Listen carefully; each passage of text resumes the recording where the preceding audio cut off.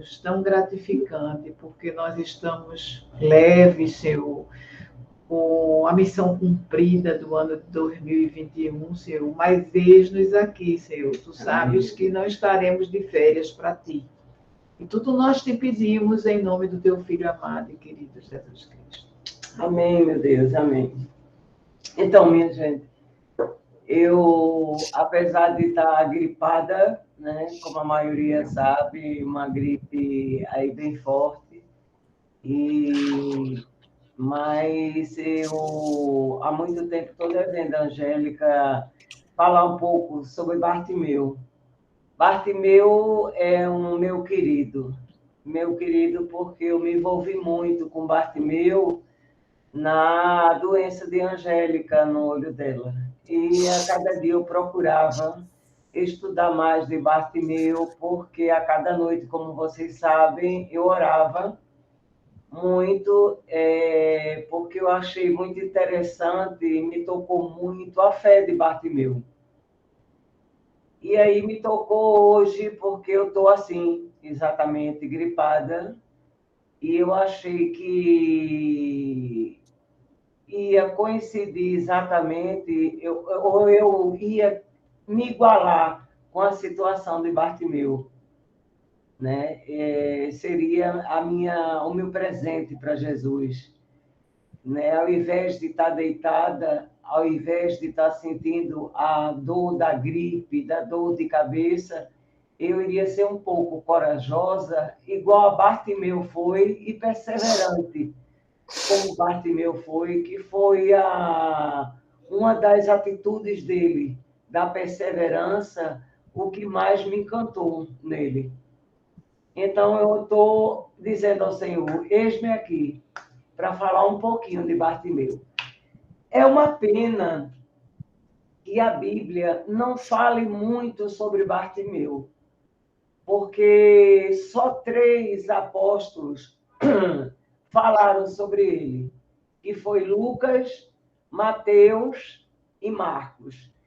E eles falam na Bíblia de maneira assim muito rápida sobre Bartimeu. 2 cegos foram curados por Jesus em Jericó, como vocês sabem. Bartimeu foi o que eles falam mais, se detiveram mais em Bartimeu, talvez porque fosse uma época próxima à Páscoa e teria maior número de pessoas no caminho de Jesus, ou porque seria ali o último momento de Jesus para a crucificação. Então, basicamente, foi o último milagre que Jesus fez, foi para o Bartimeu. O que eu consegui pesquisar fora da Bíblia é que Bartimeu era filho de Timeu, um coronel do exército e muito rico, e que ele foi assassinado pelo Império Romano. Mas, antes disso, nessa revolução, o filho dele, que era Bartimeu, foi atingido por uma flecha e ficou cego. E o pai dele gastou toda a fortuna dele tentando salvar o filho. E não conseguiu. Ele foi assassinado e Bartimeu ficou sem nada, pobre, e era filho único, e teve que pedir esmola para sobreviver.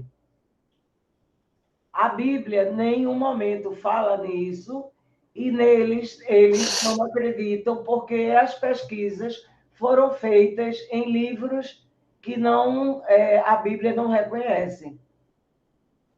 Mas eu acho que é verídico isso.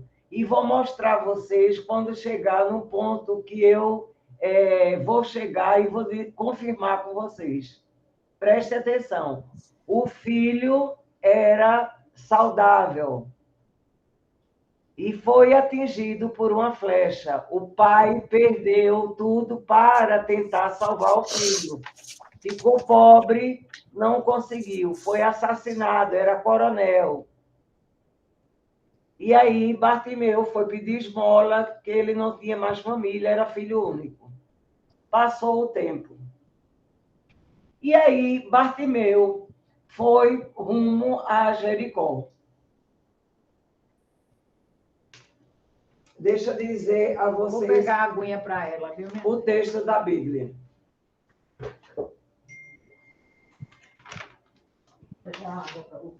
Os 3 relatos bíblicos sobre a cura do cego de Jericó são muito úteis para a gente entender o contexto em que aconteceu esse milagre.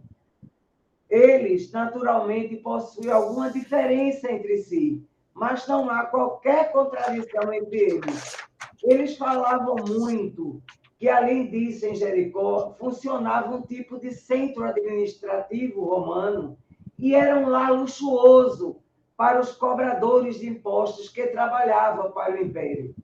Essa cidade nova e moderna para a época ficava um pouco mais ao sul da antiga Jericó, tomada pelos israelitas no templo de Josué. Agora vocês vejam, quando Bartimeu chegou em Jericó e começou a pedir esmola, e que ele viu passando a caravana, tem 3 lições da gente que a gente precisa aprender aí, com Bartimeu e com Jesus, que vai ensinar a gente. Todo mundo estava muito feliz, as pessoas cantavam, as pessoas louvavam, as pessoas dançavam atrás de Jesus. E aí, Bartimeu usava uma capa. O que queria dizer essa capa? Essa capa, na época, eles usavam para esconder alguma deficiência física, para as pessoas que olhassem já soubessem que a pessoa tinha alguma deficiência, ou esconder alguma coisa que eles não queriam que as pessoas compreendessem, espiritual, ou da sua personalidade. Era uma espécie de uma máscara que eles usavam na época. Então, ele usava essa capa e, sentado ali, quando ele ouviu as pessoas comentarem Jesus de Nazaré, ele correu e foi para o ponto onde sabia que por ali ia passar. E as pessoas cantando. Vocês imaginem nós chegando numa igreja, a igreja cheia de gente, todo mundo louvando ao Senhor, e você com a tristeza mortal no coração. Que situação! O que é que você ia encontrar naquela alegria daquele povo? O que era que você ia encontrar de Jesus ali? Absolutamente nada. O seu coração ia continuar vazio. A mesma coisa a gente pode conduzir para o momento festivo das pessoas e o momento de tristeza de Bartimeu. Aquelas pessoas que estavam alegres, louvando, gritando, não estavam percebendo a tristeza nem o grito de misericórdia de Bartimeu. Assim que Bartimeu avistou o Senhor, ele gritou: Jesus, filho de Davi, tenha compaixão de mim. Que é aquela história que eu amo apaixonadamente. Ele não disse, tenha misericórdia de mim. Tenha compaixão de mim. Por quê? Compaixão quer dizer, venha sentir a minha dor comigo. É isso que quer dizer a palavra compaixão. Senhor, Jesus, filho de Davi, tenha compaixão de mim. Ele gritava isso berrando. E as pessoas, inclusive alguns discípulos, mandavam ele abruptamente calar a boca, porque ele estava interrompendo aquela alegria da igreja que eu falei com vocês.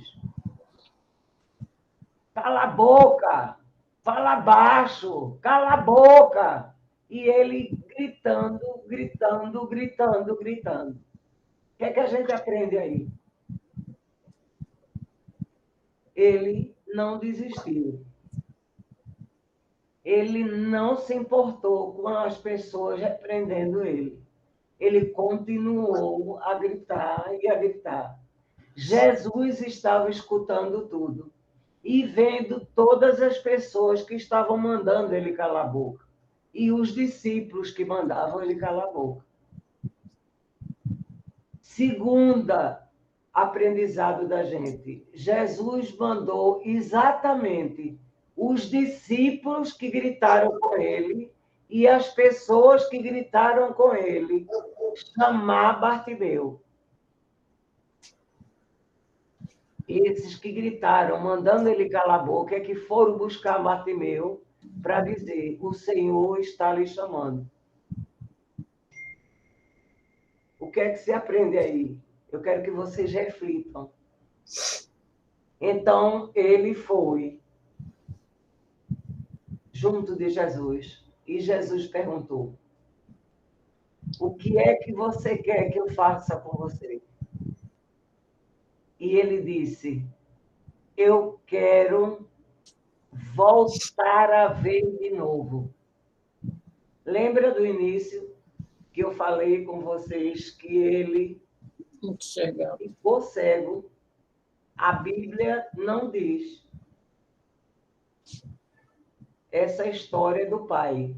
Porém, o versículo dos 3 evangelhos repetem: eu quero voltar a ver, Senhor. O que nos dá claramente a certeza de que ele não era cego de nascença. Ele ficou cego e provavelmente foi na história pesquisada por outros livros que ele não era cego. Ele ficou cego com a tal flechada na guerra do Império Romano. Porque se ele diz ao Senhor: eu quero tornar a ver, Senhor. E o Senhor disse: a tua fé te curou. Este homem foi privilegiado pela perseverança dele, pela fé dele, pelo milagre do Senhor e pela intervenção do Senhor e repreensão do Senhor aqueles que trataram mal, aqueles que não falaram com sabedoria. Então, assim, minha gente, Bartimeu, para mim, foi um dos milagres mais importantes que eu li e que eu tenho no meu coração da Bíblia. Porque, assim, a história dele é uma história de perseverança em tudo que ele falou. O coração dele estava totalmente aberto. E a fé dele,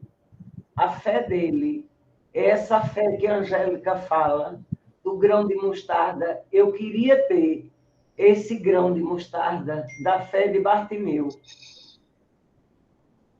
Porque em todos os sentidos ele foi sábio, em todos os sentidos ele confiou, em todos os sentidos ele perseverou, em todos os sentidos ele acreditou, em todos os sentidos ele não perdeu a oportunidade. Ele não sabia como ele ia perder a oportunidade, porque se ele não tivesse aquela, ele jamais teria sido curado, porque foi o último milagre que o Senhor Jesus fez aqui na terra, antes de morrer. E é esse Bartimeu, que a minha oração, antes de fechar os olhos, todos os dias, vai para a Angélica, e eu creio firmemente que o Senhor operou parte da fé de Bartimeu.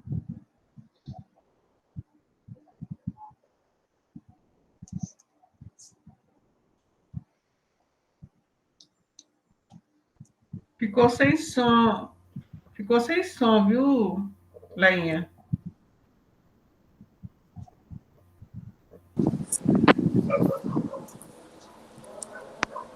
Sem som.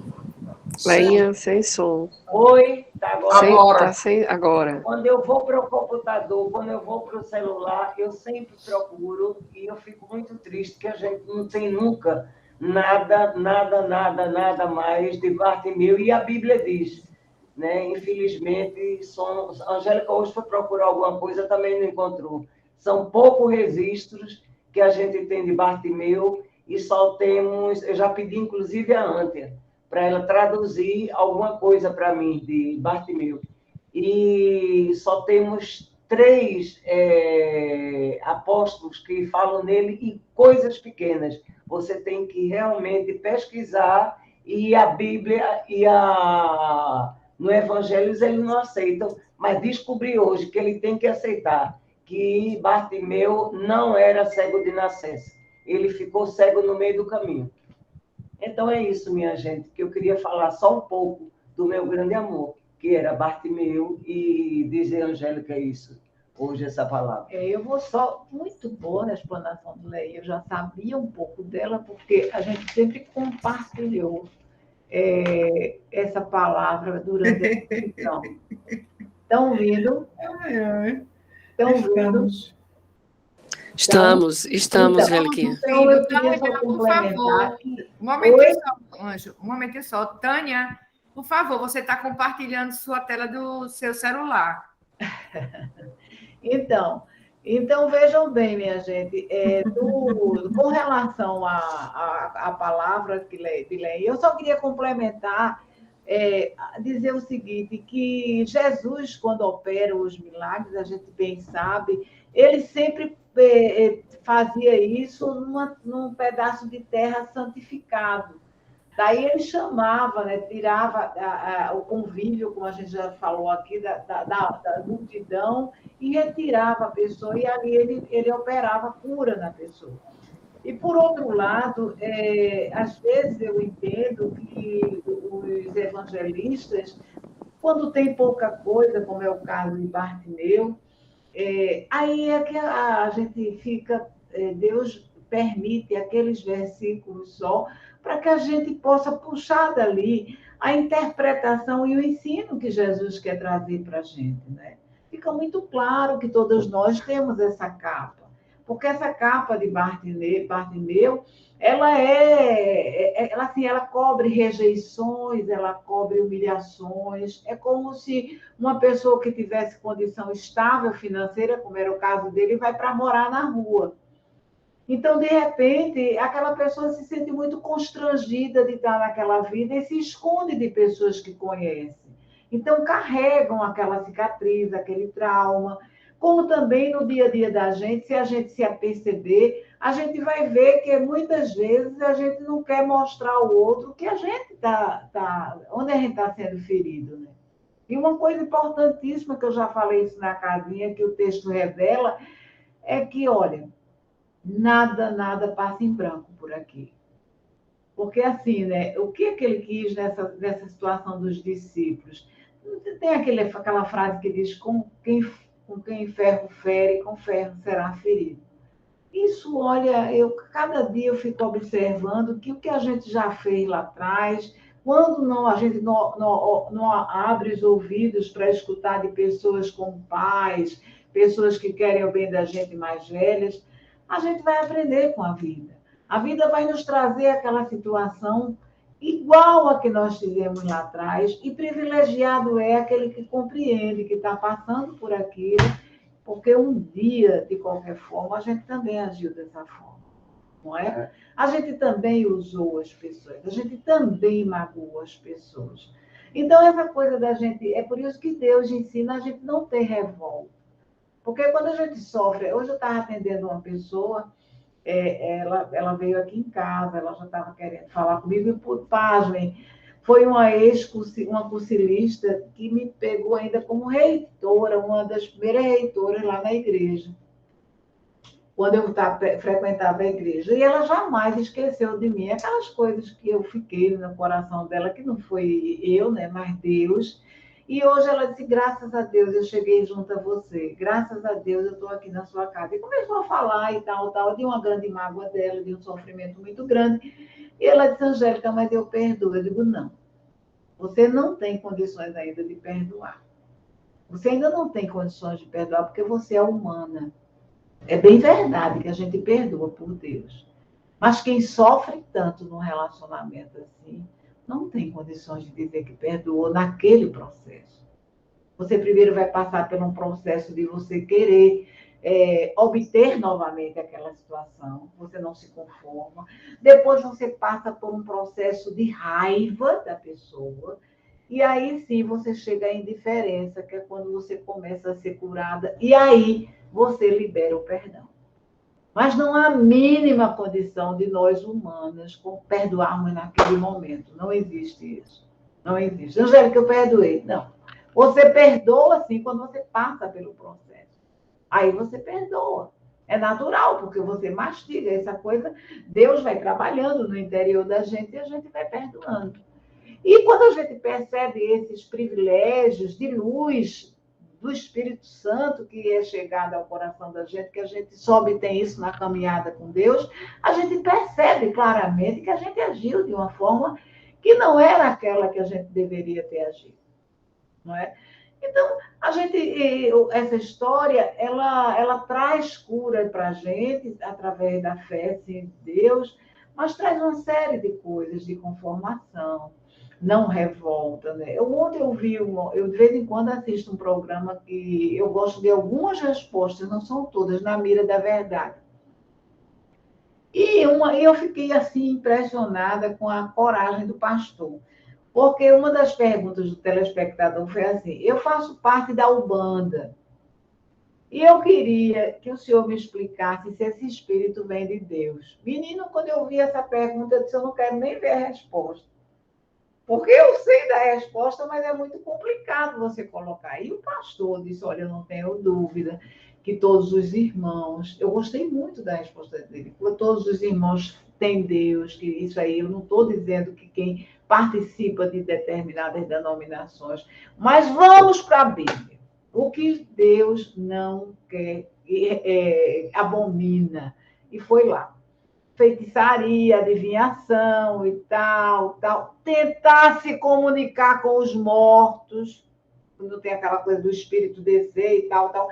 E aí o pastor disse assim, aqui na Bíblia, Jesus está dizendo que esse tipo de prestação de serviço é uma rebeldia e só vem de Satanás. E aí eu fiquei assim, impactada com a franqueza e a transparência do pastor.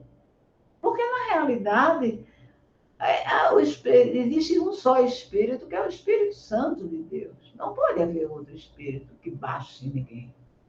Porque a palavra é muito clara. E os seguidores das religiões, eles não têm culpa. É uma coisa muito complexa isso, que a gente não pode entrar. Já tem pessoas que dizem, eu não quero saber que é Umbanda. Não, espírita não é por aí. Não é por aí. Existe toda uma complexidade e um conhecimento e uma tratativa diferenciada de Deus com relação a esse assunto.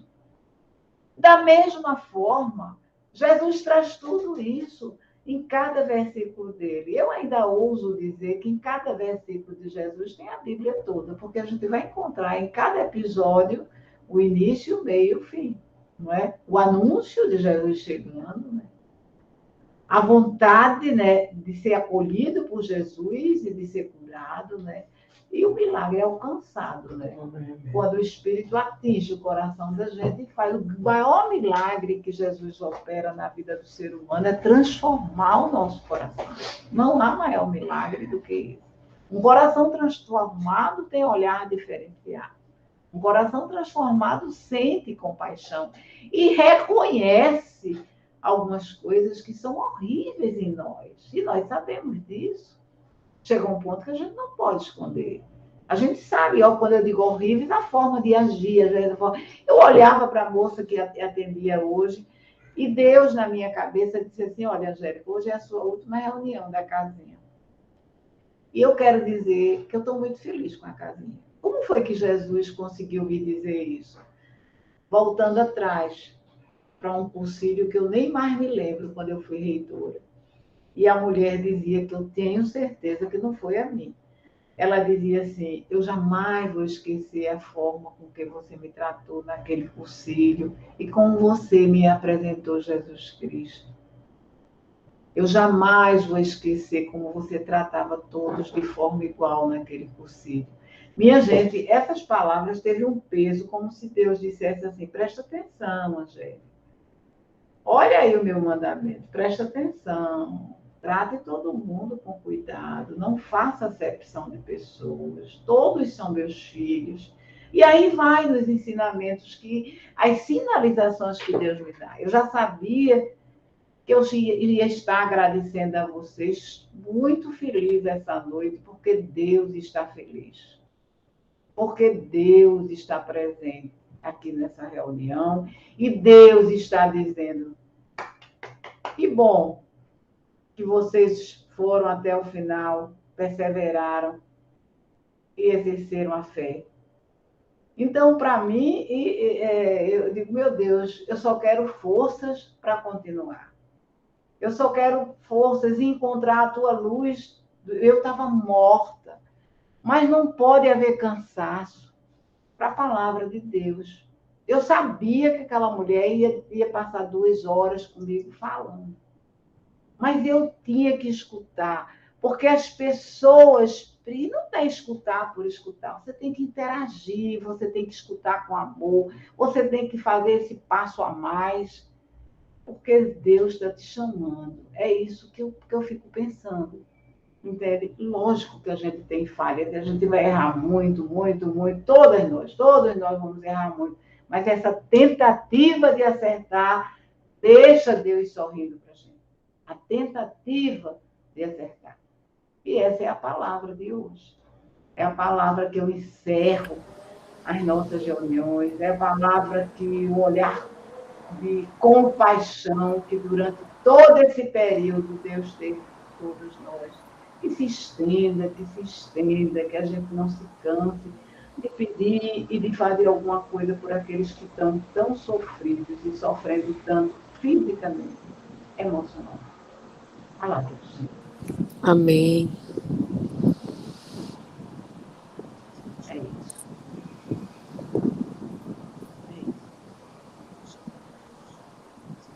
É isso. Eu estou muito emocionada.